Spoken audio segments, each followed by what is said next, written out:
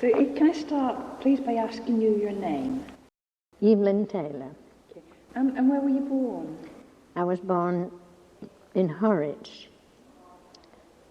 I was born in 1914, and with my parents really lived in Lincoln Road, which is just along there. But I had we used to call her Nana Billington, and when my mother wasn't well, so she said, "Look," she said, "I'm going to look after her for a few weeks while you recover," which I did, and that was in Horwich. Very, very happy days there. And of course, when eventually I came back, I started to go to St Margaret's Sunday School, and I have very, very happy memories there. And eventually I was in the choir there, and I was married there. Although I married a Methodist, my husband was a Methodist, and he went to Moor Lane Methodist Church, which is no longer there now. So St Margaret's Church was what? Lonsdale Road, Church of England. Church of England, right, thank you. And eventually I was married at St Margaret's. Some very, very happy memories there. But eventually we went to Fletcher Street Methodist Church. It was only round the corner from where we had a bakery. And my husband was a Methodist, and we thought, well, how foolish to be coming all up this way when we could go round the corner. And it was a very, very thriving church, was Fletcher Street Methodist in those days. Man, I'll be 90 next year. So the congregations were big, a lot of people? Oh yes, a lot of people. And there was such a lot of things going on, a lot of social life, which the Methodists do more than what the Church of England do, yes. But there was some very, very happy days. And there was St Peter and Paul's just round the corner. And of course, the Catholics, of course, make a great fuss of the walking day. And we had 2 windows on the front. We had a shop there, and there was 2 bedrooms upstairs. So lots of friends used to say, "Can we come and watch the procession?" You had a lot of friends at Walking Day, did you? Yes, we did, yeah. And I mean, really, it was wonderful to see. I mean, far more than the Church of England used to do. But of course, I think the Catholics have more or less pressed into it, aren't they? It's not free will. But nevertheless, they were very, very happy days. When did you first come here to this church? When did you first attend here? Well, we around this bakery, and then when we came to have a family, we said, well, really, it's not right, because it was on the main road. So my mother lived in Lincoln Road, and she'd been to her friends in Kirkby Road, which used to go every Wednesday afternoon. And when she came back to us, she said, "Norman, there's a lovely house next door to Rosie in Kirkby Road for sale. What about you buying it?" So we came up that night and we looked around. We said, well, if we could borrow some money from the building society, that's what we would buy. Eventually we did. What year was that? Can you remember? 1942, I think it was. So we're right in the middle of the war. War, yes.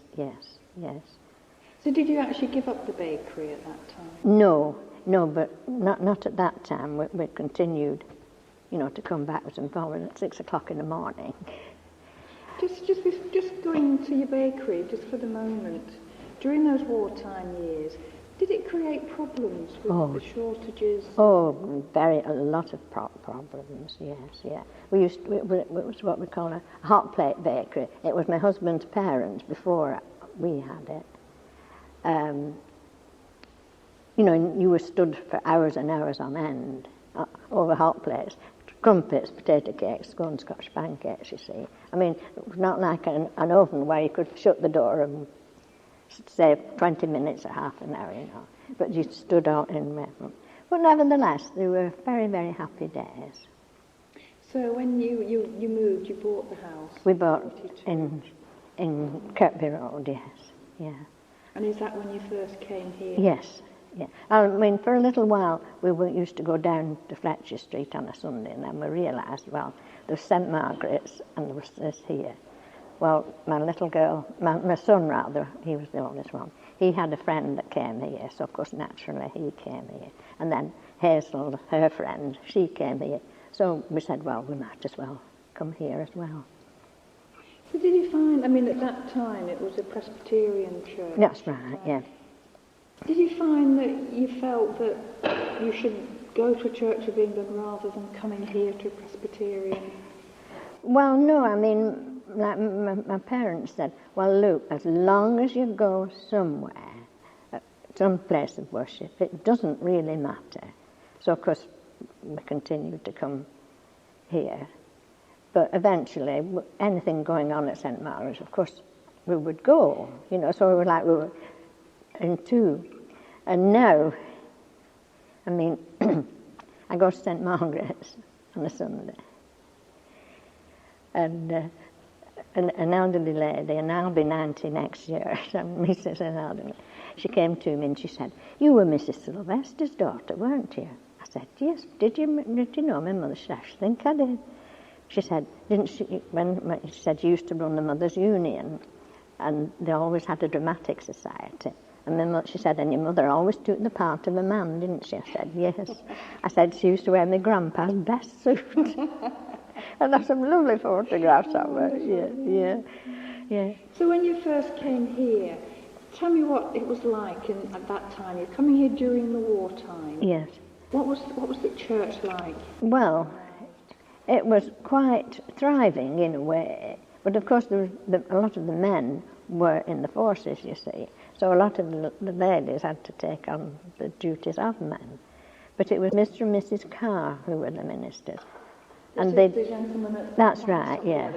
I mean, they'd had a very hard life abroad for many years, but if ever there was a living saint, I used to say it was Mr. Carr. Why?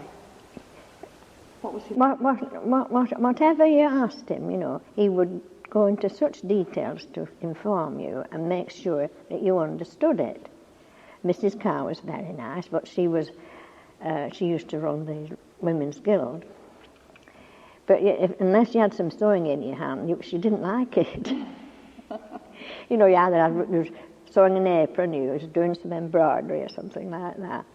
She said, idle hands, you know, idle hands. So you were a member of the Women's Guild. How often would you meet? Oh, just on a Wednesday afternoon. That was in the hall, would it be? Yes, in the church hall. In the church hall, yeah. And then, of course, we started the ladies' circle. So, of course, I joined that, and I was leader of the ladies' circle for many years.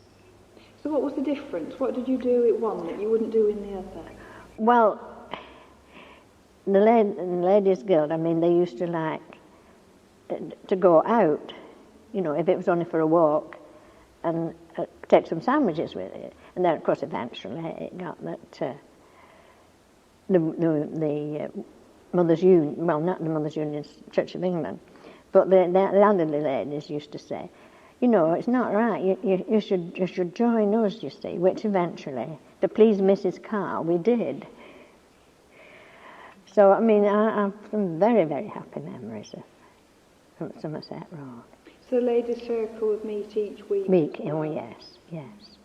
So in the Women's Guilds, you'd meet there, you were always making something? Something, yes, yeah. What would happen to what you were making? What would you do? Well, I mean, we also had a bazaar, you see, and you used to accumulate a lot of stuff, you know.